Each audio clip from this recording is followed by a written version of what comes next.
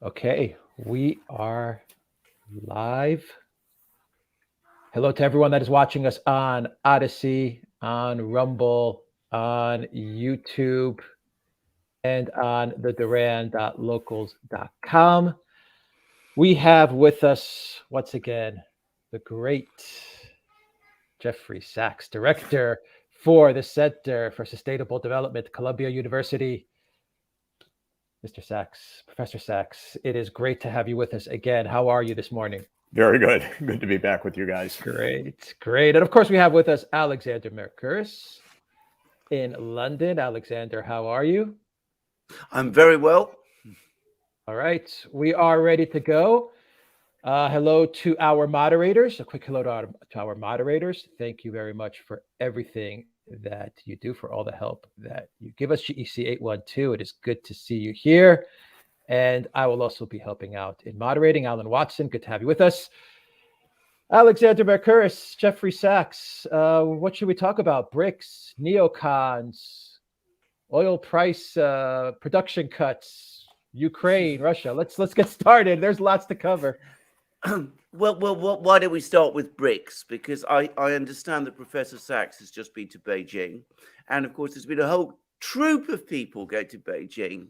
We've had Prime Minister Sanchez there. We're going to have President Macron of France there. Ursula von der Leyen, the President of the European Commission, is there. I believe there are more European visitors heading towards Beijing. But of course, Jeffrey Sachs has been there on the spot, gauging the mood in Beijing.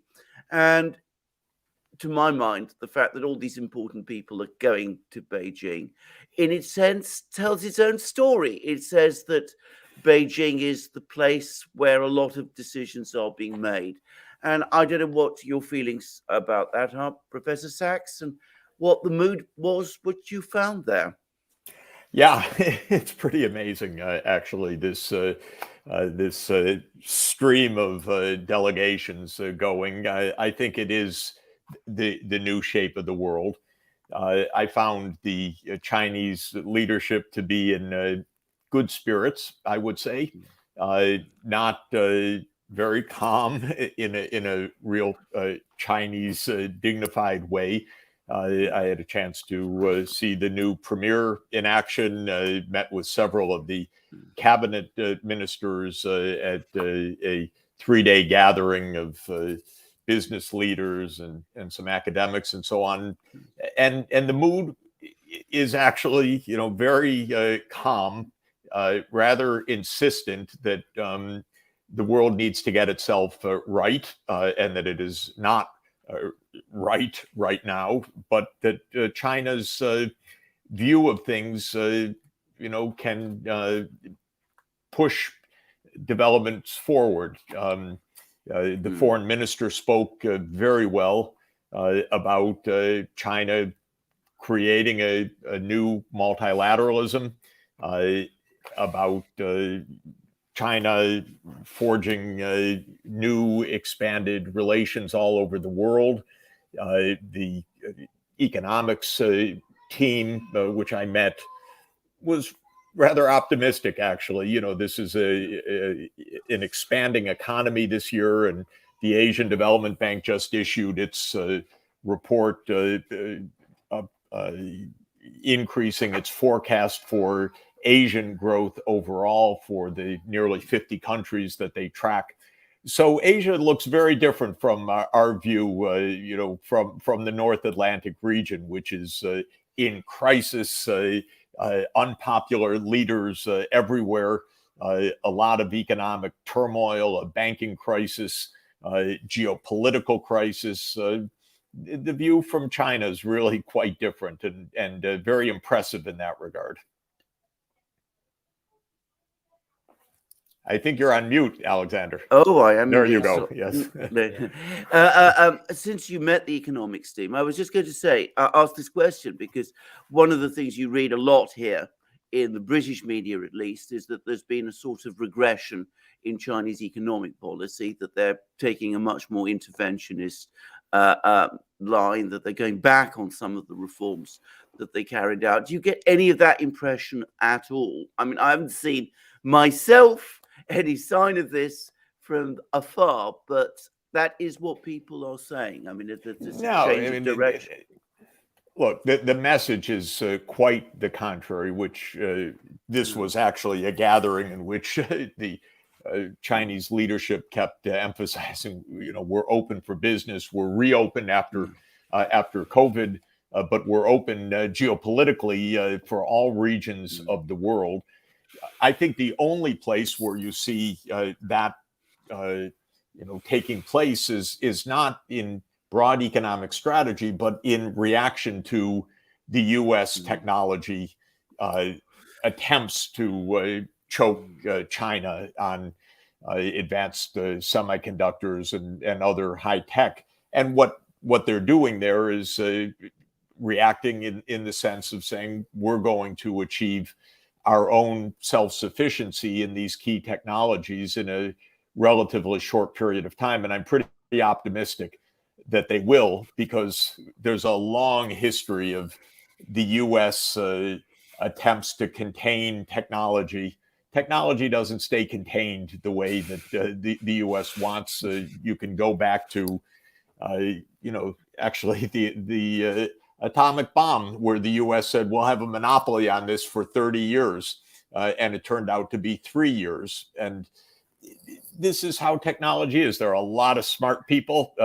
China's mass producing engineers of the top rank as well. But that's the only place where I would say, you have this kind of reaction. Otherwise, China's expanding the Belt and Road Initiative.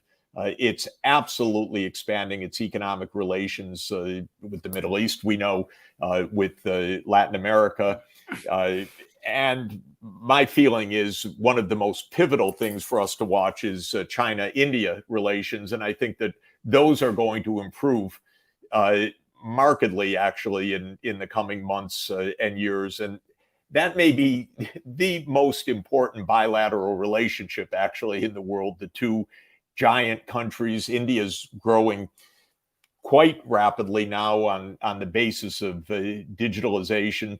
And if the two, which I think they have every reason to, say, we're basically in the same position trying to create a space in a multipolar world, that will be a very big deal. And I got the sense both in China and in India that there's pretty deep recognition of that reality. Because it's, I think, fair to say that there have been periods. There was a period just after India gained independence and China, the Communist Party came to power in China, when there was in the 50s, when India and China were on very good terms, and actually were working together very effectively on international affairs. So this would, in a sense, be a reversion to this. Is this going to happen because it's rather positive that they feel that they need to do this because it's in their joint interests, or is it a negative because they feel that there are pressures on them that they need to resist, and that means coming to terms with each other? I think it's because it's absolutely natural that there should be cooperation. And the one thing that, hinders it is actually border disputes in the high Himalayas that have no major significance for either country at all. I don't want to completely dismiss them, but they can work out pragmatically that is not any basis at all for derailing what should be extremely important economic ties. Just straight trade and technology ties should be very important. But then all the geopolitics that they both absolutely see eye to eye, that we need to move past a Western-led world, which is exactly what's taking shape before our eyes these weeks and months. That by itself would be sufficient also to say we have a good cause for coordination. So I see it as a pretty deep reason for cooperation, and I think it's going to come. Do you think, when you were in Beijing, because again, a lot of talk about China suddenly becoming aggressive, thinking about war in Taiwan, were they in a war mood? I mean, was that at all evident? Or you said that they were calm and optimistic. That suggests, on the contrary, that they're not, that this is not really again what they're about at all at the moment. Well, it's also the style of Chinese diplomacy, completely the opposite of saber rattling or announcing threats and war. Every word that we heard from every cabinet member, Politburo member, the premier, was about peace, multilateralism, cooperation, the need for sustainable development, the openness for business. It was a charm offensive to begin with, but that's also telling. It was not that we're in deep crisis, we're about to go to war, we're mobilizing, no one should threaten us. They may say that in other venues, but that is certainly not the style or the feel of the diplomacy. The feel of the diplomacy is, let's reduce tensions. There's no reason for them. We have business to do. We have challenges to meet, including common challenges like the energy transition. They really believe that, and for very good reason. And they know they have a lot of internal development issues as well. They're aiming for the next quarter century to make huge advances in quality of life in China. They face, like everybody, the aging population and other things. So there was lots of interesting substantive talk about quality of life and normal issues. But war was not the discussion. What was the discussion was we need to have a peaceful, multilateral world without threats. So we really need to calm down and work together. And that was absolutely the rhetoric at every point. It's very interesting that you said that the big relationship could be India-China, which, by the way, I completely agree with. But of course, that's not what most people are saying. Most people are still saying that the big relationship is China, the United States. What is the feeling about the United States? Is it exasperation? Is it fear? Are people becoming angry with the policies, or are they still saying to themselves, well, maybe this is just a period of tension, but it will pass. We'll be able to get back with the US before long? I think the main mood was a bit of perplexity and exasperation. I had at least 100 people come up to me and said, "What's going on in your country? We don't understand it. Where is this anti-China animus coming from? We don't get it." So there really is a perplexity. There was, in high-level discussions that I was happy to have, a real question: why is there the war in Ukraine? Why did the U.S. push? What's the basis of this? Why does this make sense? And so forth. And so I think there was puzzlement because the U.S. is, underperforming its fundamentals. Let's put it this way. This is a country in a bit of self-created collapse of foreign policy. It's losing friends and influence, not just because of a gradual shift of the world, but because it's making poor choices everywhere, making threats, wagging fingers, telling major countries what to do, what not to do.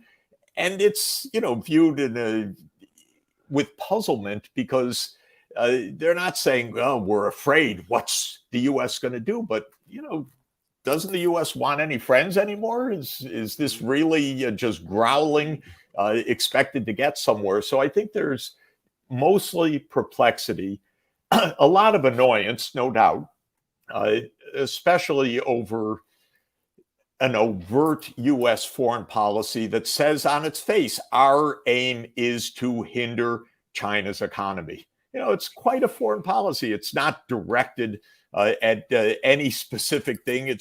It's taken as normal that U.S. politicians would say China's economic development is not in our interest. It's pretty arrogant position. So I think there's annoyance at that, but I wouldn't say that this was the overwhelming concern. I think the feeling of, and it makes sense from China's perspective, is if the U.S. is going to be that way, we've got another 96% of the world population to deal with. It's a little bit weird. We're not anti-U.S. We'd be happy to have normal relations, but I think the feeling is we can move on also, and I think that feeling makes sense. Actually, this makes sense in many of the areas where I'm working. Trying to, push for a more effective global financial system and so on, where the U.S. is definitely the laggard. You say, oh, you can't pass any, constructive reforms through Congress. But my feeling is, okay, if the U.S. doesn't want to play, there's the rest of the world to move forward. And I think that really is the Chinese view, and I think the Indians are, coming to that view as well, that we got a lot of issues at home, we have a lot of issues internationally, and we're not going to let one country and its snarling and its sanctions and its unilateral measures and its reports about us tell us what to do. Because one of the most interesting things over the last few weeks, months, is the amount of deals that are being done without the United States. I mean, we've had this breakthrough deal between Iran and Saudi Arabia, brokered by China. We now have what looks like a reconciliation between Syria and Saudi Arabia as well. We're having moves, as you correctly, I mean, I'm sure you're right, by the way, about in India and China coming together. We've had Putin meeting Xi Jinping in Moscow. And from what I can understand, that was also mainly about economics, not arms or anything of that kind. Do you think there's any chance, though, because this is the other thing they always talk about, is that China will now step in and try to mediate the Ukraine war, that this is the next move that the Chinese are planning on? Again, I have to say, I don't actually personally see much sign of this, but what sense about that did you get in Beijing, maybe? I think the Chinese view is on the war is very clear, which is this war is not good for the world. It's, first of all, not good for Ukraine. It should stop. It is a war to a very significant extent about NATO expansion, which China certainly does not support. In fact, it regards as pretty irresponsible of the U.S. And so I think China's main message from the start, and it was in my discussions as well, China says there are security interests of both Ukraine and Russia that need to be met. That's the key sentence of everything that China has said and everything that China's put on the table. And I agree with it 100%. To my mind, it means the core of ending this war is President Biden saying NATO will not enlarge anymore, basically, and it will not enlarge to Ukraine and to Georgia. That was the fundamental cause of all of this going back 20 years, in my view. And I think it's China's understanding of this as well, and why China absolutely will support Russia in that basic point. Russia has real security interests in not having NATO surrounded in the Black Sea region, not have it in Ukraine and Georgia. It's been my feeling for 30 years, that basic idea. And I think China understands that very well. So that's the sense in which I think China is very constructive in this. There will be others, and I was going to be in China at the same time that President Lula was to arrive, but he postponed his trip because he was ill, and he's coming in mid-April. But Lula actually aims to, and I think can, play a meaningful role in pushing the U.S. and Russia to real negotiation over these critical issues. And the relations of China and Brazil will be very, very strong.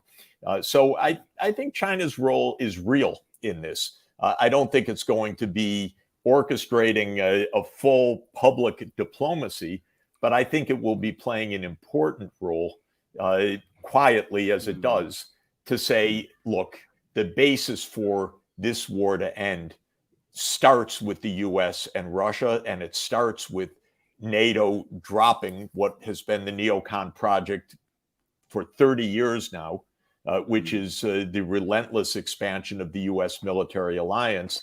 And I actually believe that's the basis for ending this war at the negotiating table. So I think China will play a very important, quiet role in that regard. But, you know, of all of the things that have happened, and as you mentioned, I think the rapprochement of Saudi Arabia and Iran is both remarkable. It is a great diplomatic achievement also of China, but it's also the way of the world, in my view, which is that if neighbors actually get along with each other, this world could actually solve a lot of problems, and neighbors can cooperate on many very practical economic things. And that, to my mind, is what's taking shape. And what we ought to watch is, the neighbors, India and China, but also the neighbors, China, Japan, and Korea, because that's another one that's going to change. Right now, the U.S. alignment is Japan and Korea have to be, rapidly anti-Chinese. But watch that screen. That's going to change also in the next couple of years. A lot of Koreans are saying to me how incredibly unhappy they are with the hard line that the U.S. is pushing Korea to take vis-a-vis China. And I think that that's the next one that's actually going to start to change. And once Northeast Asia is not this U.S.-China divide, that's going to be another tremendous step in this new multipolar world. And I think it's going to happen. I visited Korea about 20 years ago, South Korea, I should make it clear. And I was struck even then by how close, the influence of China was with Korea, how well these two countries know each other already, millennial history. And to think that you can just sort of manipulate the relationship between these two countries. It's crazy because, I go to the three countries all the time, know the leaders in all three. If they would get together, my God, the powerhouse of China, Japan, and Korea, technologically, economically, financially, unbelievable. It's so good, it's going to happen, actually.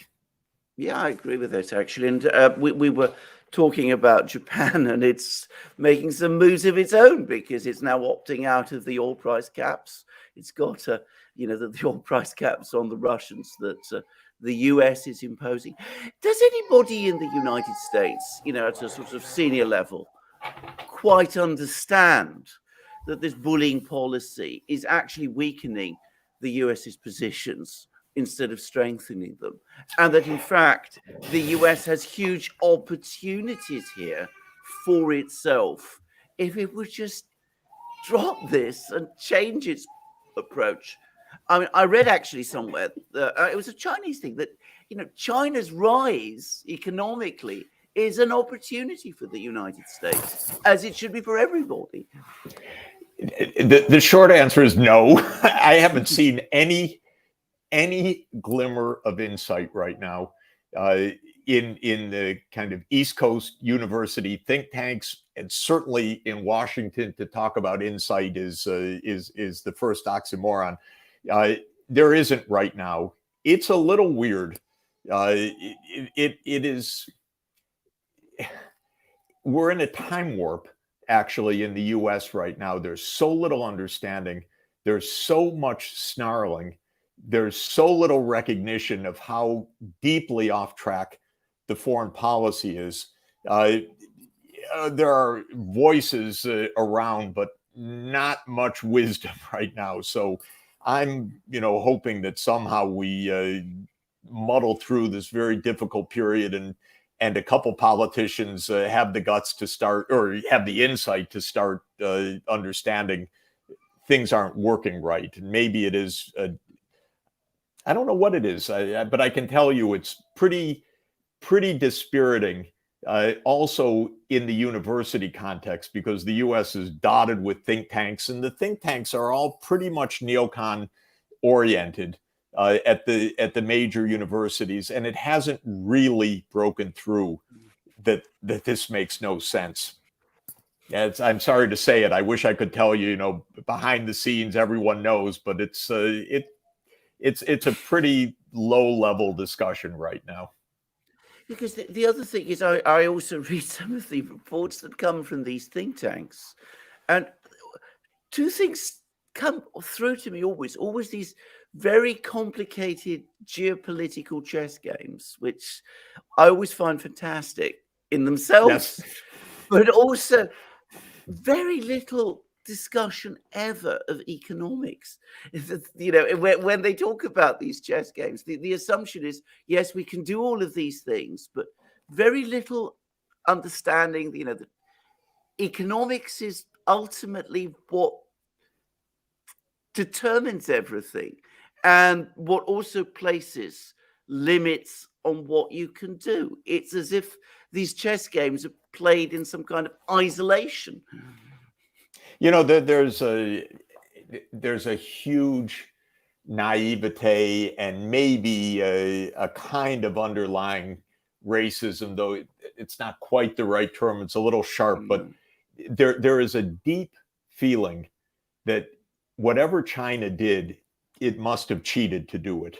And that's almost taken for granted. It's the weirdest thing. I've been traveling to China for 40 years now. A lot of Chinese students, a lot of supervised dissertations and research projects and so on. And I've watched the hard work, the intelligent planning, the incredible foresight that China has shown for 40 years in this economic success. And yet the line, it's all dismissed. And it's dismissed by, even the academics. And so this is part of the self-aggrandizing fallacy that prevents the clear thinking. Well, all we have to do is turn off this switch or stop them from cheating on this, and then the game is up for them. And that's why you see all these naive moves of, we'll put on a sanction here, we'll stop them from getting semiconductors here, we'll squeeze Huawei here. And it's unbelievably naive, but it's the similar motivation to the sanctions against Russia or the sanctions against Venezuela, which is it starts with the kind of arrogance that we're the only ones that know how to do anything. So all we have to do is flip a switch and the others just collapse. And they forget there's actually real people, smart people all over the place that know how to do a lot of things, and that technology flows, technology is shared, technology moves in all different directions. And this is the biggest single misunderstanding of the US scene right now, is the sense we're still in charge because we're the ones that know how to do things. And we see every day it's all bollocksed up. I have to say very briefly that if you go to late Imperial Britain, it was not exactly the same. The British understood that they were, that they were being overtaken, and they looked for friends. There was even a famous speech by Joseph Chamberlain, that we're the weary atlas. We can't carry the burden of the globe anymore. He was the colonial secretary at the time. There doesn't seem to be anyone like that in the United States with his kind of power at the moment. And, one wonders why that is. I read, I've been rereading Robert Kagan, the great ideologue of the neocons. Really a horrible book, 2018. I think we've discussed it. The Jungle Grows Back. And it's about U.S. Liberal hegemony and all the rest. But I understand from rereading it where the complete misperception comes in, which is that the world for the U.S. is overwhelmingly the U.S. and then there's Europe, and then there's Japan, and the rest is a kind of haze, which doesn't quite have the right to be there. And China's, where they come from, but no deep recognition that the West, so-called, is 15% of the world population in a world where technology is going everywhere very, very quickly. And I was in India just after China, and for a G20 meeting, and in the pavilion was demonstrations of India's digital things, and I was saying, God, I wish I could do this stuff in New York City. What they're doing out in the rural areas of India with their digital lockers and their e-payment systems and everything else is absolutely remarkable. And this is the real point of everything that we're seeing. There isn't a Western-led world anymore. There is a world, and the technology is flowing everywhere, and you can find it in remote villages in Africa as well, though still lagging far behind. But you definitely see it in China, it's daily life. In India, the breakthroughs are coming quickly. That's the real world. That's the geopolitical world, because that's the real world. And that's why everything else about we will write the rules of the game, which Americans still say openly, is just bizarre, actually. Bizarre. There is the real world, and there is the world. It's not the West, it's the world altogether. We've come up to our 30 minutes, Professor Sachs. Can I say it was an amazing program? Thank you very much for joining us, Alex. And I just want to know, Professor Sachs, can I shoot 2 messages your way? Absolutely. Okay. 2 or 3 messages. A lot of people are asking, from P. Cooper, for example, how far away is the new fiat system? And Jungle Jin wants to know if central banks like the ECB can actually fail. Central banks can print money, but if their money fails, they get hyperinflation when they do so. So there have been a lot of failed central banks in history. I've dealt with a number of them, trying to resurrect them. We're within 10 years of a new international monetary system. We see it taking shape before our eyes. The dominance of the dollar, which is a lot of the American perception of its dominance of power, is an obsolescing bargain, as we say in economics. It's going away. My colleagues think, 30 or 40 years. I'd say less than 10 years, because the moves geopolitically combined with the technological transformation to digital currencies, meaning you don't have to go through SWIFT. We're going to have central bank digital currencies, and we're going to have a multi-currency world. My guess is within 10 years, we're in a very different international monetary system. All right. And Alan wants to know, why do Eastern countries not dump the dollar, like Syria, Lebanon, Egypt, and so on? They're going to.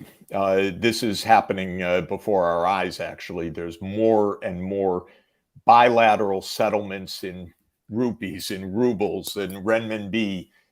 It's happening very fast. Again, there are established systems and so on. But if it's a guess, is this closer to 30 or 40 years, or is this closer to 5 to 10 years? I definitely give it the 5 to 10 year period. And like in so many other things, the renminbi is going to be a big part of this story. All right. Fantastic. Professor Jeffrey Sachs, Director, Columbia University, the Center for Sustainable Development. I will have a link to that website in the description box down below, as well as a pinned comment. Thank you very much, Jeffrey Sachs, once again, for your time. It is very appreciated. Thank you, Alexander. Thank you to all our moderators and to everyone who watched us on this live stream. Take care.